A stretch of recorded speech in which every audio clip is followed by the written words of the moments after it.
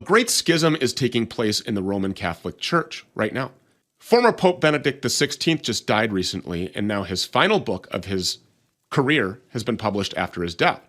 For a decade, people have wondered about why exactly Benedict resigned as Pope back in 2013. One of the most popular theories, with some of the most evidence for it, is that Benedict was basically pushed out by the gay cabal inside of the Vatican. According to longtime Vatican reporter Frederick Martel, who wrote the book In the Closet of the Vatican, this cabal is an open secret. As many as 80% of the top cardinals and administrators in the Vatican are gay. Their underlings are gay. Elite gays promote other gays to succeed them. Being gay is the fastest way to rise up in the Vatican hierarchy. Being gay doesn't even have to mean being liberal, by the way, at least not publicly. According to Martel, the men on both sides of the big debates within the church are gay. The most pro-gay ones of all, he says, are actually the straight people in the Vatican. Remember the church sex abuse scandals of the past 20 years? Almost all of the victims are young boys, not young girls. One of the biggest reasons that there's so many cover-ups is that if gay priests got exposed, it might in turn expose the gay bishops above them. And if things are bad now, they're poised to get a whole lot worse. Pope Francis has been pope for a decade now. He appoints all of the Catholic Church's bishops and all of its cardinals. When Francis dies or retires, he will have picked almost all of the men who will elect his successor. The next pope, or at least the next pope, is very likely to be even more liberal than Francis. Francis has hinted at being pro-gay. This one might be openly gay. He might make the churches more permissive toward divorce or transgenderism or even abortion. He'll fight harder to stamp out the dissidents who practice the Catholic Church's traditional Latin Mass. But it's not all bad news in the Catholic Church. There's still millions of conservative traditionalists who reject everything that Francis and his cabal stand for. They believe in the old ways and the old values. But since they're Catholics, they also believe in the existence of a papacy. So what does that mean moving forward? Could we see a full-blown split in the Catholic Church with traditionalists following someone other than the official pope in Rome?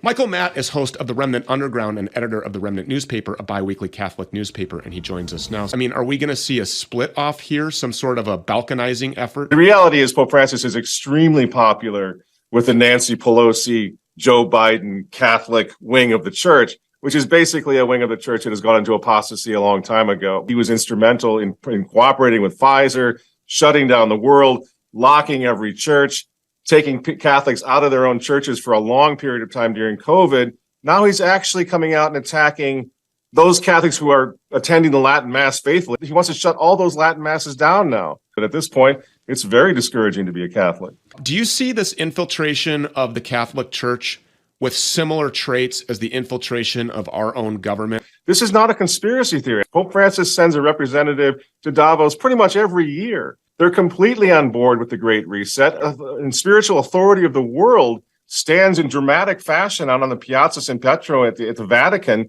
blessing and approving the entire globalist experiment on mankind that was about to unfold. They needed to have the moral authority of the largest Christian denomination in the world to pull this thing off. I believe, as a practicing Catholic, God is going to have to intervene. But we as faithful Catholics and all people of the world need to open their eyes as to the connection between the Vatican and the whole globalist Agenda 2030, especially the experiment. What do these infiltrators, including the Pope, hope to accomplish? What they wanted to do was get rid of that moral authority that spoke out in favor of marriage, one man, one woman, that defended the lives of the unborn, no matter what, that didn't hate homosexuals, but that shared with homosexuals the truth about what the church teaches, what Bible-based teaching is on sodomy. All these things were helping people have a God-oriented sense of what we're doing on this planet. Get the largest Christian moral authority out of the way so we can progress with this secularist New World Order that they have in mind. Let's get rid of the Christocentric view of history and install a Christophobia, and at the same time take the moral authority down and let the secularists take over the world. You read your Bible. God blew up 2 whole cities over that kind of behavior, sodomy. Why should we view the Vatican as bending a knee to this gay cabal as something that would be positive for any church? He actually says he encourages 2 gay men to take their adopted child and come to church. It's already a fait accompli. He's blessing and approving, as far as I can tell, sodomy itself. When the voice of the Catholic Church goes silent on abortion and on contraception, or on homosexuality and gay marriage or sodomy, look out. The gay lobby has all kinds of power in the Vatican. The gay lobby has all kinds of power in American government. What is the purpose of that? Why are they elevating homosexuality to the extent that they are? Of destroying confidence in the liturgy, in theology, and doctrine, in the church herself, by attacking the priesthood and transforming the priesthood into a gay profession. If priests are all degenerate and don't even care about heaven and hell and judgment and God and all of that, of course the faithful are going to go in the same direction.